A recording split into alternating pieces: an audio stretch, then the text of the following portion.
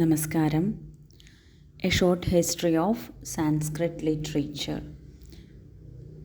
ഈ ടെക്സ്റ്റാണ് നമ്മൾ പറഞ്ഞുകൊണ്ടിരിക്കുന്നത്.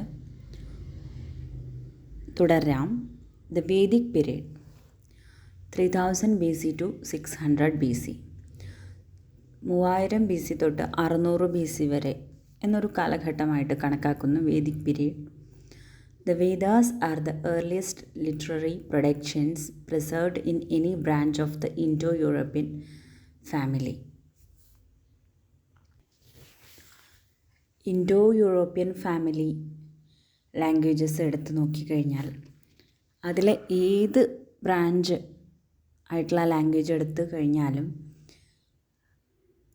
ഏറ്റവും ആദ്യത്തെ സാഹിത്യ കൃതി അല്ലെങ്കിൽ സാഹിത്യ സൃഷ്ടി എന്ന് പറയുന്നത് വേദങ്ങളായിട്ടാണ് എന്ന് കാണാം. The Vedic literature is distinguished by refinement and beauty of thought and the skill in the handling of language and meter. അതായത് വൈദിക സാഹിത്യത്തിൽ വളരെ മനോഹരമായിട്ടുള്ള ചിന്തകൾ പങ്കുവച്ചിട്ടുണ്ട്. അതുപോലെ ഭാഷയെ കൈകാര്യം ചെയ്യുന്നതിനുള്ള നൈപുണ്യം, ഛന്ദസ് ഉപയോഗിച്ചുകൊണ്ട് പറയുന്നു. ഇങ്ങനെ വളരെ മനോഹരമായിട്ടുള്ള, അതായത് വളരെ സർഗാത്മകമായിട്ടാണ് വേദങ്ങളിൽ ഓരോ കാര്യങ്ങളും പറഞ്ഞു വച്ചിട്ടുള്ളത്. It is mostly religious in its content and form derived from the root with to know. ഇത് മതപരമായിട്ടുള്ള, റിലീജിയസ് ആയിട്ടുള്ള ഒരു കണ്ടൻ്റാണ് ഇതിൽ പ്രധാനമായിട്ട് കാണാൻ പറ്റുക. വേദം എന്നുള്ള വാക്ക് ഉണ്ടായത് വിദ് എന്നുള്ള ധാതുവിൽ നിന്നാണ്. ഈ ധാതുവിൻ്റെ അർത്ഥം എന്താണ്? ടു നോ, അറിയുവാൻ, അറിവ് എന്നാണ് ഈ ധാതുവിൻ്റെ അർത്ഥം. The word Veda means sacred lore or that from which knowledge is got. അതായത് അറിവിൻ്റെ ഖനി എന്ന് വേദത്തിൻ്റെ അർത്ഥമായിട്ട് പറയാം.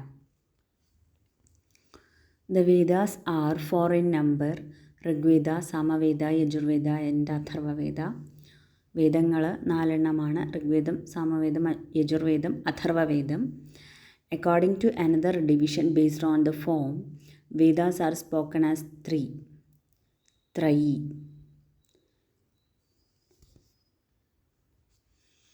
അതായത് ത്രയി എന്നറിയപ്പെടുന്നുണ്ട്. അതായത് ത്രയി എന്ന് പറഞ്ഞാൽ വേദങ്ങളാണ്. അതിൽ ഋക്ക്, യജുസ്, സാമം എന്നിങ്ങനെ ഒരു ക്ലാസിഫിക്കേഷൻ ചെയ്തിരിക്കുകയാണ് ത്രയി എന്ന് പറഞ്ഞിട്ട്. അതതിൻ്റെ ബേസ്ഡ് ഓൺ ദ ഫോം, അത് ഏത് ഫോമിലാണ് ഇരിക്കുന്നത്, ഏത് രൂപത്തിലാണ് ഇരിക്കുന്നത് എന്നതിൻ്റെ അടിസ്ഥാനത്തിലാണ്. അതായത് ഓരോ വേദവാക്യങ്ങളും ഏത് രൂപത്തിലാണ് ഉള്ളതാണ് എന്നതിൻ്റെ അടിസ്ഥാനത്തിൽ ഋക്ക്, സാമ ആൻഡ് യജുസ് എന്നിങ്ങനെ ത്രയി 3 വേദത്തെ തരംതിരിച്ചിരിക്കുന്നു. In this classification, portions of the Vedas which are in the form of versus are called ഋക്ക്. Versus ആയിട്ട്, അതായത് പദ്യമയമായിട്ട് എന്ന് പറയാം. അങ്ങനെ പദ്യമയമായിട്ടുള്ള രൂപത്തിലുള്ള വേദഭാഗങ്ങളെ ഋക്ക് എന്ന് വിളിക്കുന്നു. Those in pros are called യജുസ്. ഗദ്യമായിട്ടുള്ള വേദഭാഗങ്ങളെ യജുസ് എന്ന് വിളിക്കുന്നു. And those that are set to music and R മെന്റ് to B sung in sacrifices are called സാമ. ഇനി സംഗീതാത്മകമായിട്ടുള്ള മന്ത്രങ്ങൾ, അതായത് യാഗം ഒക്കെ നടക്കുമ്പോൾ അവിടെ പാടാൻ, സംഗീതാത്മകമായി ആലപിക്കാൻ ഉള്ളതായിട്ടുള്ള ചില വേദഭാഗങ്ങളുണ്ട്.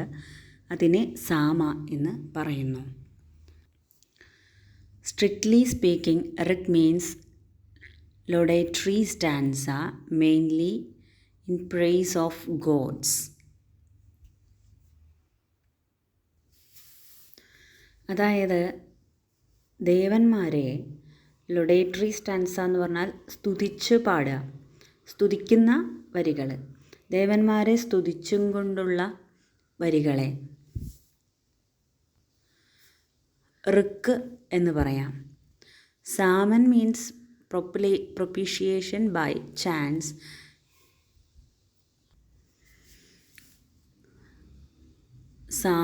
സാമം എന്ന് പറഞ്ഞാൽ ദേവന്മാരെ പ്രസാദിപ്പിക്കുന്ന, അതായത് സാമം ചൊല്ലിക്കൊണ്ട്, സാമസ്തുതി എന്ന് പറയും. സാമം ചൊല്ലിക്കൊണ്ട് ദേവന്മാരെ പ്രസാദിപ്പിക്കുന്നു.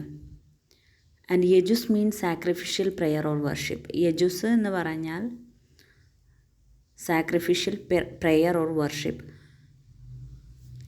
യജ്ഞപരമായിട്ടുള്ള പ്രാർത്ഥന, യജ്ഞത്തിലൂടെയുള്ള പ്രാർത്ഥന,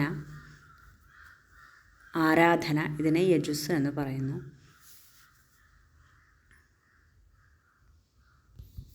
അതായത് ടോട്ടലായിട്ട് പറയുമ്പോൾ ഋഗ്വേദം എന്ന് പറഞ്ഞാൽ സ്തുതിക്കുക, സാമവേദം എന്ന് പറഞ്ഞാൽ അത് ആലപിക്കുക, ഗീതി ആലപിച്ചുകൊണ്ട് ദേവന്മാരെ പ്രസാദിപ്പിക്കുക. അതായത് ഈ സാമത്തിനെ കുറിച്ച് സംഗീതാത്മകത കൂടും. യജുസ് എന്ന് പറഞ്ഞാൽ ക്രിയകളിലേക്ക് കടക്കും അവിടെ. 3 clear stages of development can be noticed in Vedic literature through the Orthodox Hindus believe the Vedas are Anadi and Apaurushaya. അതായത് ഓർത്തഡോക്സ് ഹിന്ദുസ്, അതായത് സമ്പ്രദായപരമായിട്ട് പാരമ്പര്യമായിട്ട് ഹിന്ദുക്കൾ വിശ്വസിക്കുന്നത് എന്താണ് എന്ന് വെച്ചാൽ വേദങ്ങൾ അനാദിയാണ്, അപൗരുഷേയമാണ് എന്നാണ്.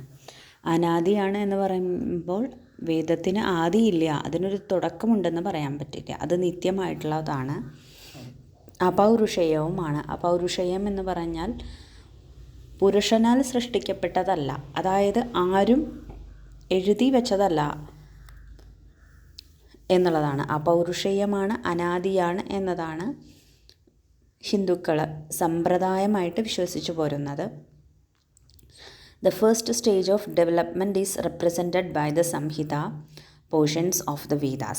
അപ്പോൾ ഇവിടെ പറയുന്നത് വേദം കാലഘട്ടങ്ങളിലൂടെ വികസിച്ചു വന്നതാണ് എന്നൊരു അഭിപ്രായത്തിന് മുൻതൂക്കം കൊടുത്തുകൊണ്ടാണ് ഇവിടെ പറയുന്നത്.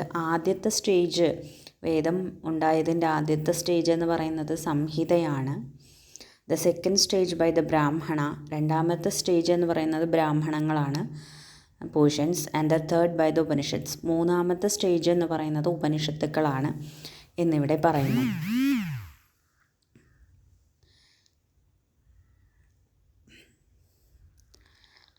In the first stage, represented by the Rig Samhita, the literature was creative in spirit and highly poetic in form. ആദ്യത്തെ സ്റ്റേജ് എന്ന് പറയുന്നത് ഋഗ് സംഹിത ഭാഗമാണ്. അത് വളരെ സർഗാത്മകമായിട്ടുള്ളതാണ്, അതുപോലെ ഹൈലി പോയറ്റിക്കുമാണ് ഈ ഭാഗം എന്ന് പറയുന്നത്, വളരെ കാവ്യാത്മകമാണ്. The second stage, represented by the Brahmanas, is mainly concerned with elaborate rituals and has little creative spirit in it.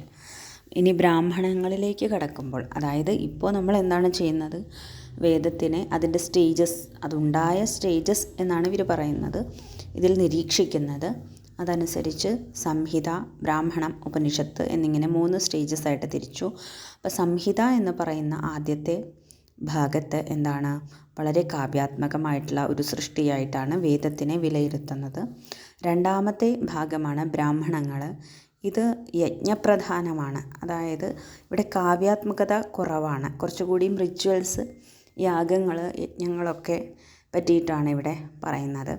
In the last stage, represented by the Upanishads, the Vedic literature became theologically speculative in character. അവസാനത്തെ ഭാഗമായിട്ടുള്ള ഉപനിഷത്തുക്കൾ theologically speculative in character എന്നാണ് പറയുന്നത്. അതായത് കുറച്ചുകൂടിയും ബ്രഹ്മം എന്നുള്ള ഒരു ലെവലിലേക്ക് എത്തിയ സമയമാണല്ലോ ഉപനിഷത്ത് എന്ന് പറയുന്നത്. അതായത് ഈ യജ്ഞങ്ങൾ, കർമ്മത്തിനൊക്കെ പ്രാധാന്യം കുറഞ്ഞുകൊണ്ട് ജ്ഞാനമാണ് പരമമായിട്ടുള്ള സത്യം, അല്ലെങ്കിൽ ബ്രഹ്മം മാത്രമേ ഉള്ളൂ എന്നൊക്കെയുള്ള വളരെ ഉയർന്ന തലത്തിലേക്കുള്ള ഒരു ഏകാത്മഭാവത്തിലേക്ക് എത്തിയ കാലഘട്ടമായിരുന്നു ഈ ഉപനിഷത്തുക്കളുടെ കാലഘട്ടം. Lyric poetry attained A high stage of development even in very early period of the Vedic literature. Lyric poetry എന്ന് പറയുന്ന, അതായത് കാവ്യം, എന്താ പറയുക, പദ്യാത്മകമായിട്ടുള്ള കാവ്യം ഇതൊക്കെ വളരെയധികം വികസിച്ചിരുന്നു. വേദകാലഘട്ടത്തിൻ്റെ ഏറ്റവും ആദ്യത്തെ ഭാഗത്ത് തന്നെ ഇതൊക്കെ വളരെയധികം വികസിച്ചിരുന്നു. The whole of Rig Samhita is an example of excellent lyric poetry. ഇങ്ങനെയുള്ള കാവ്യങ്ങൾക്ക് വളരെ മനോഹരമായ കാവ്യങ്ങൾക്ക് ഉദാഹരണമാണ് ഋഗ് സംഹിത. In the later period represented by the Samhita of Yajurveda and the Brahmanas, some advance was made towards the formation of a literary prose style which, however, did not attain a high level of development. എന്നാൽ ബ്രാഹ്മണങ്ങളിലേക്ക് കടക്കുമ്പോൾ അത് കുറച്ചും കൂടി ഗദ്യാത്മകമായിട്ടുള്ള ഒരു ലിറ്ററേച്ചറായിട്ട് മാറുകയാണ് ചെയ്യുന്നത്. The Samhita portion of the Vedas mostly consists of rigs, mantras, which are to be recited in various sacrifices. നേരത്തെ പറഞ്ഞതുപോലെ സംഹിതാ ഭാഗത്ത് എന്താണുള്ളത്? മന്ത്രങ്ങളാണ്.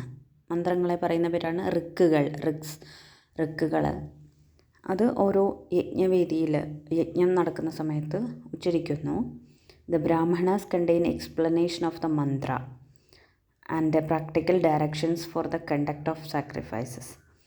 അപ്പോൾ ബ്രാഹ്മണങ്ങളിൽ എന്താണ് പറയുന്നത്? ഈ മന്ത്രങ്ങളുടെ എക്സ്പ്ലനേഷനാണ് പറയുന്നത്.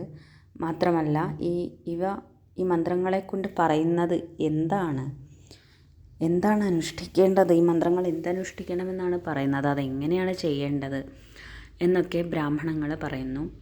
എങ്ങനെ യാഗം നടത്തണം, എങ്ങനെ അതിരാത്രം നടത്തണം, എങ്ങനെ ആധാനം നടത്തണം എന്നൊക്കെ പറയുന്നു. They further explain the duties to be performed by the four priests. അതുപോലെ ബ്രാഹ്മണങ്ങൾ ഇപ്പോൾ ഒരു യജ്ഞം നടക്കുമ്പോൾ അവിടെ അത് ചെയ്യാനായിട്ട് പ്രധാനമായിട്ട് ചെയ്യുന്ന ആളുടെ പേരാണ് യജമാനൻ എന്ന് പറയുന്നത്. പിന്നെ യജമാനൻ്റെ പത്നിയും ഉണ്ടാകും. അതുമാത്രം പോരല്ലോ, ഒരു യാഗം ചെയ്യുമ്പോൾ അതിന് സഹായികളായിട്ട് അതിൻ്റെ ഓരോരോ അംഗങ്ങൾ ചെയ്യാൻ വേണ്ടി നിയോഗിക്കപ്പെട്ട ഓരോരുത്തരുണ്ടാകും. അപ്പോൾ അവരെ പറയുന്ന പേരാണ് ഋത്വിക്കുകൾ എന്ന്. അപ്പോൾ ഈ ബ്രാഹ്മണങ്ങളിൽ കണ്ടോ, ഋത്വിജഹ എന്നിവിടെ എഴുതിയിരിക്കുന്ന ഋത്വിക്കിൻ്റെ ബഹുവചനമാണ്. അപ്പോൾ ആ ഋത്വിക്കുകൾ എന്തൊക്കെയാണ് ചെയ്യേണ്ടത് എന്നൊക്കെ ഈ ബ്രാഹ്മണങ്ങളിൽ പറയുന്നു. ഇവിടെ പറയുന്നു ഹോതാവ് എന്നൊരു ഋത്വിക്കുണ്ട്. ഋഗ്വേദിയായിട്ടുള്ള ഋത്വിക്കാണത്. ഉദ്ഗാത എന്ന് പറയുന്നൊരു ഋത്വിക്കുണ്ട്. അത് സാമവേദിയായിട്ടുള്ള ഋത്വിക്കാണ്. 3 അധ്വരി എന്ന് പറയുന്ന ഋത്വിക്കുണ്ട്. അത് യജുർവേദിയായിട്ടുള്ള ഋത്വിക്കാണ്. ആൻഡ് ബ്രഹ്മ എന്നുള്ള ഋത്വിക്ക് അഥർവവേദിനാണ് എന്നും ഇവിടെ പറയുന്നു. And also explain the mutual relationship of the mantras and the ceremonial as well as their symbolical meaning. അതുപോലെ ഓരോ മന്ത്രങ്ങൾ തമ്മിലുള്ള ബന്ധം എന്താണ് എന്നൊക്കെ, ഈ മന്ത്രങ്ങളുടെ മീനിങ് എന്താണ്, എന്നൊക്കെ ഈ ബ്രാഹ്മണങ്ങളിൽ പറയുന്നു. Each Veda has 1 or more ബ്രാഹ്മണ അറ്റാച്ച്ഡ് ടു ഇറ്റ്. ഓരോ വേദത്തിനും 1 or 2 ഒക്കെ ബ്രാഹ്മണങ്ങളൊക്കെ ഉണ്ടാവും, അല്ലെങ്കിൽ അതിലധികം ബ്രാഹ്മണങ്ങളുണ്ടാകും. There are many interesting legends and striking thoughts recorded in them. ഒരുപാട് ഇൻട്രസ്റ്റിംഗ് ആയിട്ടുള്ള കാര്യങ്ങളും ആശയങ്ങളൊക്കെ ഈ ബ്രാഹ്മണങ്ങളിൽ പങ്കുവച്ചിട്ടുണ്ട്. Aranyakas are a further development of the Vedic literature which occupy a place at the end of the Brahmanas. ഇനി ഈ ബ്രാഹ്മണങ്ങളുടെ അവസാനത്തെ ഒരു ഭാഗമുണ്ട്, അതിനെ ആരണ്യകങ്ങൾ എന്ന് വിളിക്കുന്നു. They contain instructions for the meditation of mystic symbols which, owing to their superior mystic sanctity, are intended to be communicated to the pupil by the teacher in the solitude of the forest. അതായത് ഇതിൽ ആരണ്യകങ്ങളിൽ എങ്ങനെ ഒരു എന്താ പറയുക meditation എങ്ങനെ ചെയ്യണം, കാട്ടിൽ പോയിട്ട് എന്നാണ് പറയുന്നത്. അതായത് എവിടെയാണോ മെഡിറ്റേഷൻ ചെയ്യാനായിട്ട് സാധിക്കുന്നത് അവിടെ പോയി എങ്ങനെ മെഡിറ്റേഷൻ ചെയ്യണം ഒരു ഗുരുവിൻ്റെ അടുത്ത് നിന്ന് എന്നുള്ള കാര്യങ്ങളൊക്കെയാണ് ഈ ആരണ്യകങ്ങളിൽ പറയുന്നത്. They are meant for the use of pious men who have retired to the forest and no longer perform sacrifices. അതായത് ഒരു ഗൃഹസ്ഥനായിട്ടുള്ള ആൾ, നമ്മൾ കേട്ടിട്ടുണ്ടല്ലോ, ബ്രഹ്മചര്യം, ഗാർഹസ്ഥ്യം, വാനപ്രസ്ഥം, സന്യാസം എന്നിങ്ങനെ 4 ആശ്രമങ്ങൾ. അപ്പോൾ ഗൃഹസ്ഥനായിട്ടുള്ള കർമ്മങ്ങൾ, ഗൃഹസ്ഥനായിരിക്കുമ്പോഴാണ് ഈ യാഗം യജ്ഞമൊക്കെ അനുഷ്ഠിക്കുക. അപ്പോൾ അതൊക്കെ കഴിഞ്ഞ് അത് ചെയ്തതിന് ശേഷം ആണ് ഈ വാനപ്രസ്ഥാശ്രമത്തിലേക്ക് കടക്കുമ്പോഴാണ്, ആ ഒരു അവസ്ഥയിലാണ് ഈ ആരണ്യകങ്ങൾക്ക് പ്രാധാന്യമുള്ളത്. Hence this portion is called Aranyakam. അതുകൊണ്ടാണ് അരണ്യത്തിൽ, കാട്ടിൽ അധ്യയനം ചെയ്യണം എന്നുള്ളത് കൊണ്ടാണ് ഈ ഭാഗത്തെ ആരണ്യകം എന്ന് പറയുന്നത്. The Upanishads which are devoted entirely to theological and philosophical speculations on the nature of things mark the last stage in the development of Vedic literature. Vedic ലിറ്ററേച്ചറിൻ്റെ അവസാനത്തെ ഭാഗമായിട്ടാണ് ഈ വേദാന്തം അല്ലെങ്കിൽ ഉപനിഷത്ത് പറയുന്നത്. അത് വളരെ ഹൈ ലെവലായിട്ടുള്ള ഒരു ചിന്താഗതിയാണ്. എങ്ങനെ മനുഷ്യൻ എങ്ങനെ മോക്ഷം പ്രാപിക്കാം, അല്ലെങ്കിൽ എന്താണ് സത്യം എന്നൊക്കെയുള്ള ചിന്തകളാണ് ഈ ഉപനിഷത്തിലുള്ളത്. Since they occupy a place at the end of the Vedas, they are collectively known as the Vedanta literature. ഈ ഒരു ഭാഗം, ഈ ഉപനിഷത്തുക്കൾ എന്ന് പറയുന്ന ഭാഗം വേദത്തിൻ്റെ അവസാന ഭാഗത്താണ് സാമാന്യമായിട്ട് കാണുക. അതുകൊണ്ട് തന്നെ ഇതിനെ വേദാന്ത ലിറ്ററേച്ചർ എന്ന് പറയുന്നു. From the nature of the subject matter dealt with, the Samhita and Brahmana portions together are known as Karma Kanda, since they are mainly concerned with sacrifices and other rituals. അതായത് വേദത്തിനെ പലതരത്തിൽ നമ്മൾ വിഭജിക്കുന്നുണ്ട്. അപ്പോൾ ഇവിടെ പറയുന്നത് കർമ്മകാന്ഡം, ജ്ഞാനകാന്ഡം എന്നിങ്ങനെ വേദത്തിനെ നമ്മൾ വിഭജിക്കാറുണ്ട്. അപ്പോൾ ഈ കർമ്മകാന്ഡം എന്ന് പറഞ്ഞാൽ കർമ്മത്തിന് പ്രാധാന്യമുള്ള കാണ്ഡമാണ്. അപ്പോൾ അത് ഈ സംഹിത, ബ്രാഹ്മണം ഇതൊക്കെ കർമ്മകാന്ഡത്തിൽ പെടുന്നു. The Aranyakas are known as upasana kanda and the Upanishads as jnanakanda. ഇവിടെ 3 വിഭജിക്കുന്നത്. സാധാരണ കർമ്മകാന്ഡം, ജ്ഞാനകാന്ഡം എന്നിങ്ങനെ വേദത്തിനെ വിഭജിക്കാറുണ്ട്. അപ്പോൾ കർമ്മകാന്ഡത്തിൽ സംഹിത, ബ്രാഹ്മണം, ആരണ്യകമൊക്കെ പെടും. സംഹിത, ബ്രാഹ്മണം പെടും. ആരണ്യകം എന്ന് പറയുന്നത് ജ്ഞാനകാന്ഡത്തിൻ്റെയും കർമ്മകാന്ഡത്തിൻ്റെയും ഇടയിൽ വരുന്നതാണ്. അപ്പോൾ അതിനെ ഇവിടെ പറയുന്നു ഉപാസനാകാന്ഡം എന്നാണ് ആരണ്യകങ്ങളെ പറയുന്നത്. ഉപാസനാകാന്ഡത്തിലാണ് ആരണ്യകങ്ങളെ ഉൾപ്പെടുത്തിയിരിക്കുന്നത്, ഉപനിഷത്തുക്കളെ ജ്ഞാനകാന്ഡത്തിലും. അതായത് വേദത്തിനെ 3 തിരിക്കുന്നു: കർമ്മകാന്ഡം, ഉപാസനാകാന്ഡം, ജ്ഞാനകാന്ഡം. അതിൽ കർമ്മകാന്ഡത്തിൽ സംഹിതയും ബ്രാഹ്മണവും പെടുന്നു. ഉപാസനാകാന്ഡത്തിൽ ആരണ്യകങ്ങളും ജ്ഞാനകാന്ഡത്തിൽ ഉപനിഷത്തുക്കളും പെടുന്നു. The Samhita, Brahmana, Aranyaka and Upanishad represent 4 stages of development of the Vedic literature in the same order. ഇവിടെ പറയുന്നത് സംഹിത, ബ്രാഹ്മണം, ആരണ്യകം, ഉപനിഷത്ത് ഇത് വേദത്തിൻ്റെ 4 സ്റ്റേജുകളാണ്. വേദം ഉണ്ടായത്, വേദത്തിൻ്റെ വികസനത്തിലെ 4 സ്റ്റേജുകളാണ് ഇത്. The Samhitas are collections of hymns grouped and arranged into a single book with a purpose. സംഹിത എന്ന് പറഞ്ഞാൽ ഹിംസിൻ്റെ, അതായത് സ്തുതികളുടെ ഒരു കൂട്ടമാണ്. They contain hymns which were composed in different periods by different sages. അതെന്താണെന്ന് വെച്ചാൽ പല കാലഘട്ടത്തിൽ പല ഋഷിമാർ കമ്പോസ് ചെയ്ത ഹിംസുകളാണ് ഇതിലുള്ളത്. Different stages can be noticed even in the compilation of one particular samhita. ഒരു സംഹിതയിൽ തന്നെ നമുക്ക് പല സ്റ്റേജസ് കാണാൻ പറ്റും. അതായത് ആദ്യമുണ്ടായത് അതായത് ഒരേ കാലഘട്ടത്തിൽ തന്നെ ഉണ്ടായതാണെന്ന് പറയാൻ പറ്റാത്ത രീതിയിൽ കാണാൻ പറ്റും. The Rig Samhita, which is the oldest of the Samhitas, is divided into 10 mandalas, of which mandalas 2 to 7 appear to be the earliest collection. ഋഗ് സംഹിതയാണ് ഏറ്റവും പഴയതായിട്ടുള്ള സംഹിത എന്ന് പറയുന്നു. അത് 10 മണ്ഡലങ്ങളായിട്ട് തിരിച്ചിരിക്കുന്നു. ഋഗ് സംഹിതയെ 10 മണ്ഡലങ്ങളായിട്ട് തിരിച്ചിരിക്കുന്നു. അതിൽ 2ാമത്തെ മണ്ഡലം തൊട്ട് 7ാമത്തെ മണ്ഡലം വരെയുള്ളതാണ് ഏറ്റവും പഴയതായിട്ട് കണക്കാക്കുന്നത്.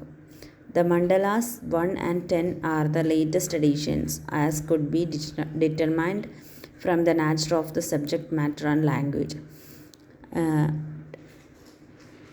1ാമത്തെ മണ്ഡലവും 10ാമത്തെ മണ്ഡലവും അത് ലേറ്റസ്റ്റ് ആയിട്ടുള്ളതാണ് എന്നാണ് പറയുന്നത്. അതെന്തുകൊണ്ടാണ് പറയുന്നത്? അതിലുപയോഗിച്ച ഭാഷയും പിന്നെ അതിൽ പറയുന്ന കാര്യങ്ങളെയും വെച്ചിട്ടാണ് അങ്ങനെ പറയുന്നത്. During the period of Rig Samhita, the central place of Aryan culture and civilization was the northwestern part of India, the banks of the great river Indus and its tributaries. അതായത് ഋഗ് സംഹിതയുടെ കാലഘട്ടത്തിൽ ആര്യ സംസ്കാരത്തിൻ്റെ സെൻട്രൽ പ്ലേസ് എന്ന് പറയുന്നത് north western part of ഇന്ത്യയാണ്. വടക്ക് പടിഞ്ഞാറൻ ഭാഗമാണ് ഇന്ത്യയുടെ. അതായത് സിന്ധു നദിയുടെ തീരവും അല്ലെങ്കിൽ അതിൻ്റെ കൈവഴികളുടെ തീരത്ത്. By the time of the Yajurveda and the Brahmanas, the Aryan had come to the country called Kurukshetra, from where the Brahmanic religion and social systems developed and spread to the Videha and Panchala countries and gradually to other parts of India.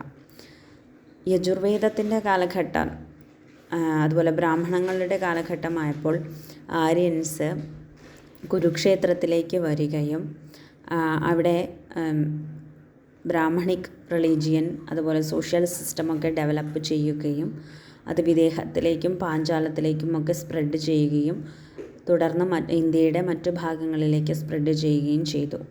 By the time of the Upanishads, the Aryan culture and civilization had spread all over Aryavarta, the vast country between the Vindhyas and the Himalayas. ഉപനിഷത്തിൻ്റെ കാലഘട്ടമായപ്പോഴേക്കും ആര്യാവർത്തം മുഴുവൻ വ്യാപിച്ചു. ആര്യാവർത്തം എന്ന് പറയുന്നത് ഒരു വലിയ രാജ്യം, വിന്ധ്യാസിനും വിന്ധ്യപർവ്വതത്തിനും ഹിമാലയത്തിനും ഇടയിൽ ഉള്ള രാജ്യം ആയിട്ടാണ് ആര്യാവർത്തം എന്ന് പറയുന്നത്. ഇവിടെയൊക്കെ വ്യാപിച്ചു. During the classical period they were introduced to the south and soon spread all over India. Classical period ആയപ്പോൾ ഇത് സൗത്തിലേക്കും ദക്ഷിണ ഭാഗത്തേക്കും വന്നു. അങ്ങനെ ഓൾ ഓവർ ഇന്ത്യ ഈ ഒരു സംസ്കാരം വ്യാപിച്ചു എന്നാണ് ഇവിടെ പറയുന്നത്. നമസ്കാരം.